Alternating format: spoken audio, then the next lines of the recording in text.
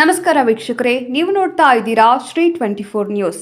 ಬೀದರ್ ನಗರದ ಹುಡ್ಕಾ ಕಾಲೋನಿಯ ಅಕ್ಕಮಾದೇವಿ ಸಾಂಸ್ಕೃತಿಕ ಮಹಿಳಾ ಸಂಘ ವತಿಯಿಂದ ಬಸವೇಶ್ವರ ಮಂಟಪದಲ್ಲಿ ವಿಶ್ವ ಪರಿಸರ ದಿನಾಚರಣೆ ಅಂಗವಾಗಿ ಗಿಡಕ್ಕೆ ನೀರು ಎರೆಯುವುದರ ಮೂಲಕ ಚಾಲನೆ ನೀಡಿದರು.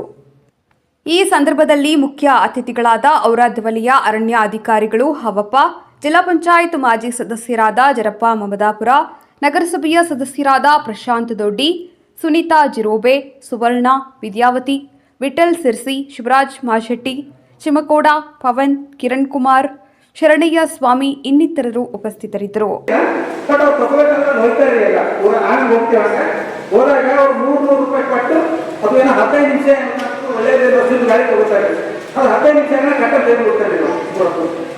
ಈ ತರ ಸಿಸ್ಟಮ್ ಬಂದ್ರು. ಅದಕ್ಕೆ ಮುಂದಿನ ದಿನಗಳಲ್ಲಿ ನಮ್ಮ ಮಕ್ಕಳಿಗೆ ನಮಗೆ ಒಂದು ಒಳ್ಳೆ ಮಾಡ್ಬೇಕಾದ್ರೆ ಮತ್ತೆ ಪರಿಸರ ರಕ್ಷಣೆ ಮತ್ತು ನಾವು ಒಳ್ಳೇದಲ್ಲದೆ ನಮ್ಮ ಜೊತೆ ಏನಂದ್ರೆ ಪ್ರಾಣಿ ಪಕ್ಷಿ ಎಲ್ಲರೂ ಉಳಿಸ್ಬೇಕಾದ್ರೆ ನಾವೇನಂದ್ರೆ ನಮ್ಮ ಸರ್ಕಾರ ನಿಮ್ಮೆಲ್ಲರೂ ಬರೀ ಫಾರೆಸ್ಟ್ ಅಂದ್ರೆ ಗಿಡ ಹಚ್ಚಬೇಕಂದ್ರೆ ಸಾಧ್ಯ ಮಾತ್ರ ಪ್ರತಿಯೊಬ್ಬರು ಅದರ ಕಾಂಟ್ರಿಬ್ಯೂಷನ್ ಬೇಕು.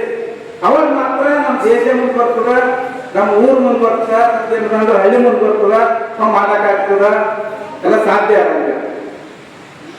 ಕಾಡು ಬೆಳೆಸಿ ನಾಡು ಬೆಳೆಸಿ ಕಾಡು ಬೆಳೆಸಿ ಕಾಡು ಬೆಳೆಸಿ. ಜೈ ಹಿಂದ್ ಜೈ ಕನ್ನಡ. ಸಂಯುಕ್ತ ಆಸ್ಪತ್ರೆಯಲ್ಲಿ ವಿಶ್ವ ಪರಿಸರ ದಿನಾಚರಣೆ ಕಾರ್ಯಕ್ರಮ ಗಿಡ ನೆಡೋಣ.